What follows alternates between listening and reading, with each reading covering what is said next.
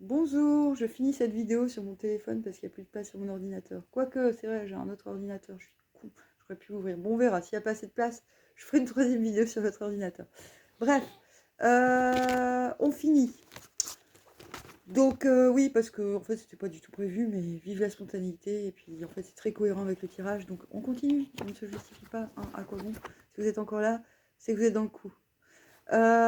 Papyrus, on va en terminer parce que c'est important. Donc on a compris les portails organiques, on a compris tout ça, toutes ces conneries sociales, euh, ces projections qui empêchent l'incarnation finalement. On a compris les fonctions qu'on avait des organes physiques et des organes méga-physiques qui ne sont pas forcément visibles à l'œil nu. Quoique beaucoup de clairvoyants, qui à mon avis me regardent aussi, hein, je pense qu'on n'est pas insensible à ce genre de vidéo quand on n'a pas soi-même dans l'optique de développer cette sensibilité. Je pense que nous, en gros, on est capable d'appréhender cet invisible. D'accord? C'est un petit peu notre copain, cet invisible. Du coup, oui, ça s'est arrêté justement quand je parlais de ça, du fantasme, du fait que parfois on veut revivre des sensations qu'on a vécues et ça nous manque. Euh, mais j'ai envie de dire, il faut un petit peu lutter contre ça, même si c'est dur. Parce que j'essaie vraiment de me mettre à la place des gens qui regardent des vidéos, qui font souffrir, qui font mal. Moi, je suis quelqu'un, par exemple, de très dans la compassion, et même si les vidéos me font du bien, parce que ça me fait triper, parce que j'aime bien écouter, pas forcément des prédictions, mais en fait, j'aime bien aussi les cartes. J'aime bien comment les gens, quoi que, quoi que les gens disent, c'est souvent des femmes d'ailleurs, j'aime bien aussi quand c'est des hommes, j'aime bien cette improvisation, ce côté improvisatoire. En fait, c'est voilà, c'est un petit peu moins. Moi, j'ai pas besoin de la fougue musicale en ce moment. Moi, quand j'ai de la fougue, je fais de la musique, mais j'ai pas besoin d'en écouter parce que je me trouve déjà trop fougueuse, vous voyez. Et du coup, je trouve ça dommage qu'on, bah voilà, qu'on puisse risquer de briser des cœurs avec des prédictions sentimentales ou des conneries dans le genre, alors qu'on n'en est pas obligé, je pense, pour avoir pour offrir une belle compréhension des énergies au monde. Et je remets pas en question, je pense qu'il y a des dames qui font ça parce que je pense qu'elles ont sincèrement euh,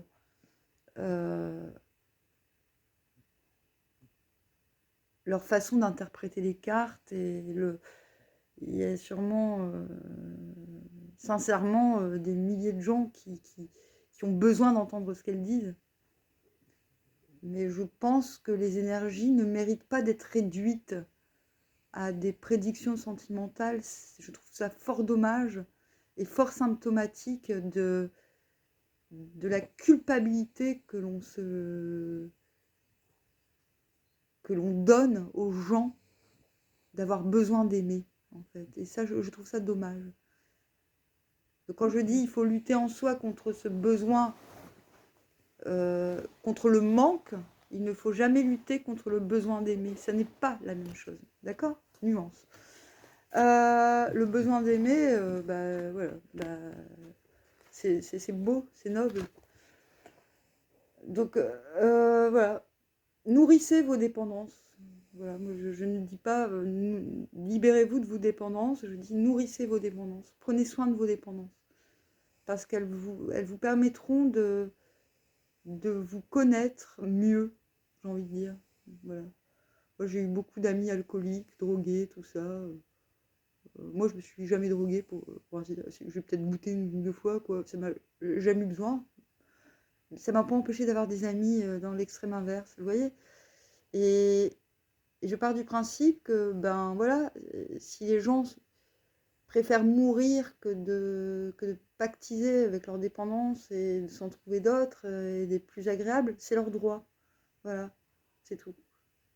Mais voilà, moi je suis pas dans le jugement. Si les gens se droguent, faut pas.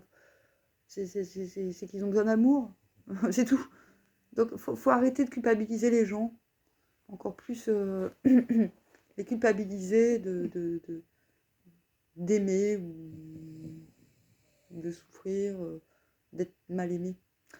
Bref, revenons à des sphères plus hautes. C'est même pas que c'est des sphères plus hautes, malheureusement. C'est ça le pire. C'est que des fois, j'ai même envie de dire, heureusement qu'on se prend des, des râteaux parce que sinon, on regarde pas en haut, quoi.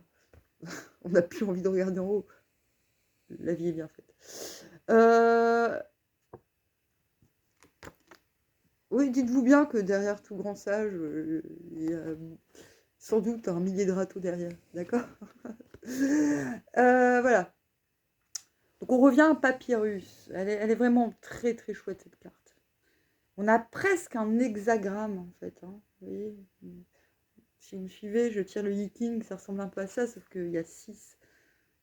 Attendez, j'ai un doute. 1, 2, 3, 4, 5. Et là, il y en a 5. Et voilà, il y a 6 traits.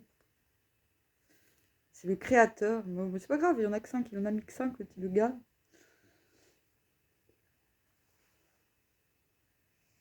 Donc maintenant, je vais vous parler de l'écriture, vite fait bien fait. Hein. On a après la 5e étape, qui est la sagesse. Et qu'est-ce qui se passe quand on a viré tous les fantasmes, toutes les projections sociétales, civilisatrices, démons de nos ancêtres, hein, désirs perdus de nos ancêtres, désirs perdus, craintes de nos ancêtres, n'oublions pas. Eh ben, il faut couler. D'accord ? Je vous racontais l'anecdote tout à l'heure du gars du XIIIe siècle, et on va dire, mais non, il raconte que des conneries, ce chroniqueur, ce qu'il raconte n'a pas eu lieu. Et moi, je vous dis, non, non, tu passes pas 10 ans de ta vie à écrire de manière dangereuse et pas rentable un truc si c'est pas nécessaire. D'accord ? La nécessité. D'accord ? Alors, histoire de l'écriture. L'écriture, c'est quoi ? C'est le contrat divin. Le contrat divin qui permettait de sceller la parole divine à la parole humaine. Ce contrat divin, c'était le roi, après, qui pouvait contracter avec le divin. C'est-à-dire, ok, pour qu'il y ait, c'est quoi le roi à la base ? Fait-elle, dit-elle, demande-t-elle en touchant sa couronne ? Non, mais je vous jure, je ne fais pas exprès. Le contrat divin, c'est un contrat, voilà, l'écriture est issue du contrat divin. D'accord ? Le verbe, on en parlera plus tard, ça n'a rien à voir avec l'âme. Par contre, l'écriture est en rapport avec l'âme. Parce qu'on deal avec l'âme, avec les sphères de l'âme, donc avec les sphères temporelles, avec les divinités, les éléments qui ont affaire avec le temporel.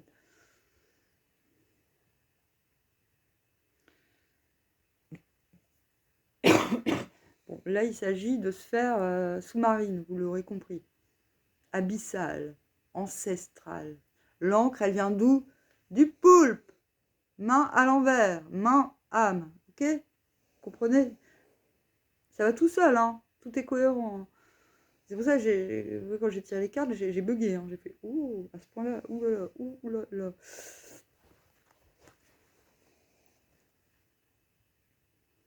Donc l'histoire du contrat. Pourquoi ? Pour qui ? Parce que le roi, à la base, c'était comme le prêtre. C'était la même chose. Bon, vous allez me dire, tu me parles de quelle époque, de quelle année exacte ? Moi, j'appelle cette période la Mésopotame-Grèce. Parce qu'il y a des gens, ils n'ont toujours pas fait de connexion entre plusieurs périodes, entre plusieurs cultures. Bon, si j'ai le temps un jour, j'exposerai mes théories et mes preuves.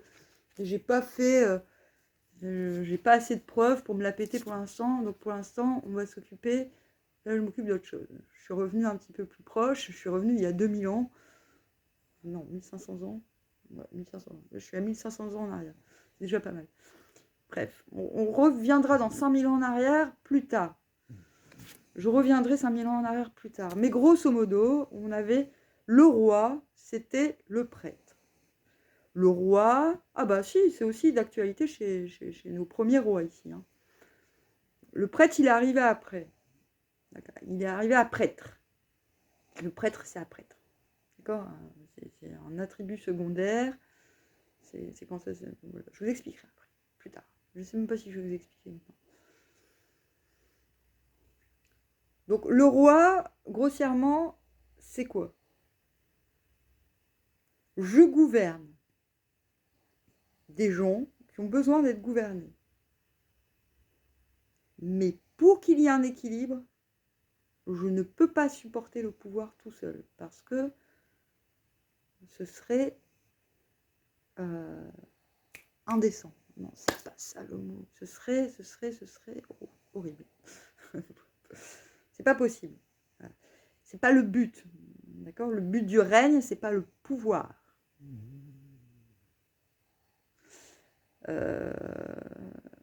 Si les gens ont eu besoin de nommer des chefs, c'était pour que ça fonctionne. C'était le politique et non pas la politique. C'est on se met d'accord. C'était pour être efficace. Mais pour que le roi, pour que le règne ne devienne pas abus, il fallait qu'il y ait un équilibre avec les forces du ciel. Voilà. Je vous dis pas, je vous raconte pas un truc qui s'est passé. Je vous raconte comment, pourquoi. Je vous parle de la naissance de l'écriture. D'accord? Donc il y en a qui disent l'écriture elle est née pour faire des additions entre les carottes et les navets qui étaient dans les silos. Moi je dis non. Non. Non. Fuck off. L'écriture, c'est un contrat. D'accord? On contracte avec le divin. Il y a le contrat oral et il y a le contrat écrit. Le contrat magique. Voilà. Vous allez me dire, ah, mais le contrat oral aussi, c'est magique. Là, c'est très différent. D'accord. L'encre, c'est le sang. C'est le sang des abysses. C'est le sang de la mer.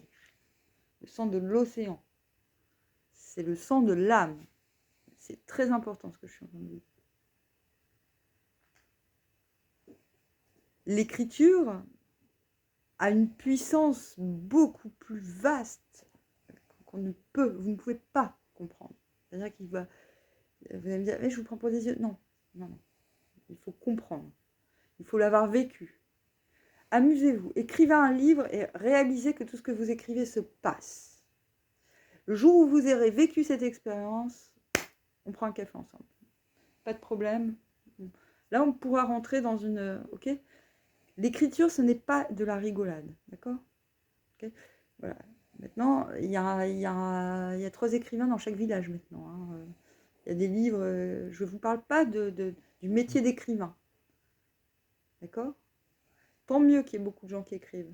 Mais moi, je vous dis qu'écrire, c'est de l'ordre de la nécessité. D'accord ? Donc, quand je vous dis qu'un roi, c'était un prêtre, c'est que le roi écrivait les lois. D'accord ? Par nécessité. Donc, la naissance de l'écriture, ce ne sont pas les mathématiques et de compter les carottes, le nombre de carottes et de poireaux, comme on prétend, certains égyptologues ont raconté. Non, c'est la nécessité. C'est un contrat passé entre le ciel et le peuple, du souverain avec le ciel et le peuple. Le pouvoir que j'ai du ciel, c'est l'écriture. C'est d'ancrer dans la matière ce que le ciel m'inspire. Donc l'écriture, c'est un contrat. Après, voilà, effectivement. Après, il y a eu des magiciens, il y a eu des scribes. Après, ça s'est un petit peu éparpillé tout ça. Mais la base du règne, c'est ça. D'accord ? La couronne, le symbole de la couronne, c'est le fait d'être connecté en haut et de briller en bas. D'accord ?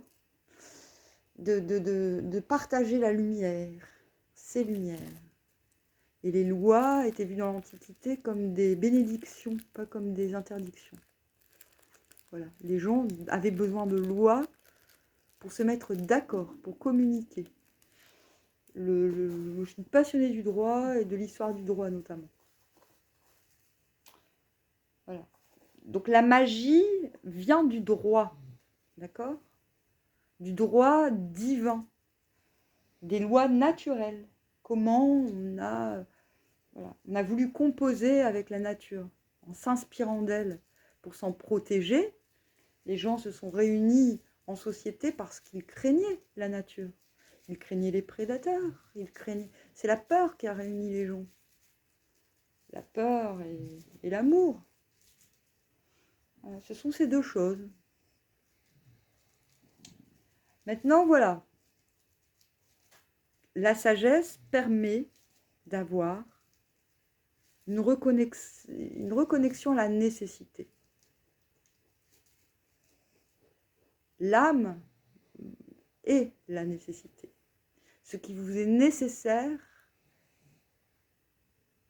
ce qui vous est donné, la manne nourricière, c'est l'âme. D'accord? La manne nourricière. Et d'ailleurs, c'est pas grave qu'elle soit jaune. Hein. Moi, je vous dis qu'elle est noire, mais elle peut très bien être jaune. C'est pareil. D'ailleurs, le soleil est noir, en vérité. La preuve, c'est que si vous le regardez trop longtemps, hein, vous voyez plus, vous êtes aveugle. Hein. Bon. Trêve de plaisanterie. Non, non, non, Popo, tu bouges pas. Tu vas faire tomber mon téléphone. Est-ce qu'on a compris? Est-ce qu'on a compris ce tirage? Moi qui pensais faire plusieurs tarots, ben c'est foutu. Donc une fois qu'on a la sagesse, une fois que l'âme est libérée, eh ben, la nécessité. Le papyrus, c'est pas... Oui. On va écrire... on va faire son passeport pour partir en vacances. Ça peut être ça, mais pas que. Mais Popo, qu'est-ce que tu fais? Il y a mon chien qui étouffe sous la couette. Alors peut-être il ne veut pas sortir, c'est la mienne là. Bah, oui.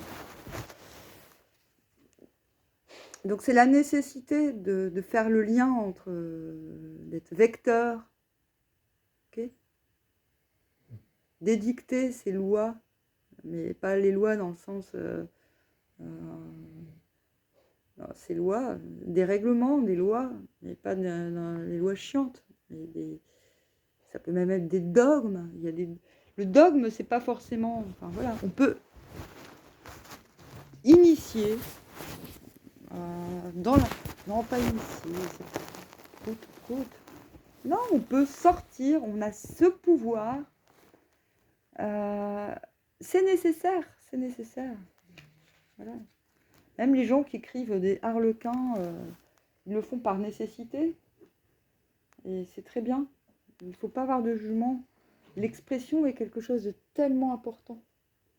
Maintenant, je pense que, voilà, quand on est dans des sphères un petit peu trop hot, j'ai envie de dire, bah, quand on est dans quelque chose d'alchimique, de dense, d'intense, comme les sujets sur lesquels on tripe tous. Oui, je sais, on voit rien. Désolée, mais c'est parce que mon chien se promène partout, je suis obligée de sauver mon téléphone. Donc quand on est dans des dimensions si denses, si intenses... Ah bah ça y est, je vous présente. C'est mon bâton de... C'est mon bâton de reine de bâton qu'on m'a offert il y a quelques temps. Non mais moi je suis en train de me transformer en druide malgré moi. C'est l'horreur. Non mais je fais pas exprès. C'est pour ça que j'ai toujours pas lu les runes parce que ça me fait un petit peu bizarre. Bref. Donc voilà, vous pouvez me dire, mais non, mais c'est pas du tout ça, les rois, en fait c'était les druides, après il y a eu les prêtres, machin. Non, peu importe. Moi je parle du début, du règne. C'est pas parce qu'après le règne, il s'est divisé en plusieurs personnages, qu'il y a eu plusieurs fonctions, je vous parle de la fonction de règne. Et le roi et le prêtre, à la base, c'est la même chose. Après, il a fallu qu'il y en ait plusieurs parce que, pour pas qu'il y ait de jaloux, grosso modo. Et c'est pas, en vérité, c'est pas très normal. Je suis en train d'écrire là-dessus en ce moment. En vérité, c'est mieux qu'on soit tout à la fois. Ah! Mais la royauté absolue, on ne doit pas l'imposer. On doit se l'imposer à soi-même, l'absolu. Parce que les gens ont peur de l'absolu. Les gens ont peur d'être totalement entiers. C'est pour ça que je vous dis, la fusion, elle est possible, mais elle est en général, elle n'est pas tolérée. Les gens, Les gens qui ont envie de fusionner, qui ont besoin de fusion, c'est les gens forts en vérité. Ils sont prêts à tout risquer pour l'amour. Voilà, c'est des troubadours. Et c'est vrai que les gens comme ça qui n'ont pas peur de l'amour, entre guillemets, ben, en fait, à la fin, ils se retrouvent à avoir peur de l'amour parce qu'ils ne trouvent plus de sens à l'amour, parce que dans cette société, en gros, ben, c'est pas, il n'y a rien. Il n'y a rien qui est fait pour qu'on puisse vraiment s'aimer sans mourir, quoi. C'est chiant. Voilà,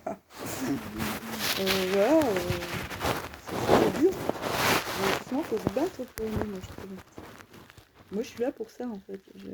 Si je peux aider les gens à continuer à aimer malgré tout, voilà, et à s'aimer, et à s'aimer, et à...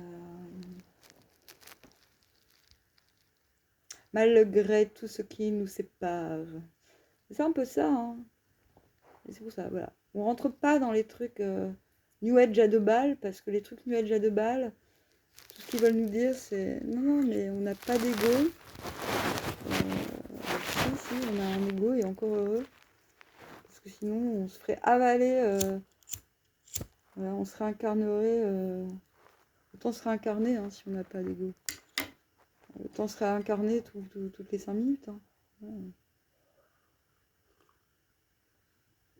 Alors réfléchissez un peu, pas trop, mais pour redonner du sens à la vie, il faut quand même avoir un minimum d'individualité et de prétention. Sinon, c'est pas la peine. D'accord ?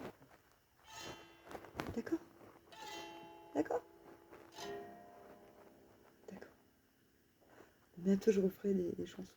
Je sais pas si je les mets ici. Ouais, je les mets ici. Ouais, je les mets ici. Oui, oui. Je ferai des nouvelles chansons En ce moment, je me prends pour Assurance Tourix dans Astérix.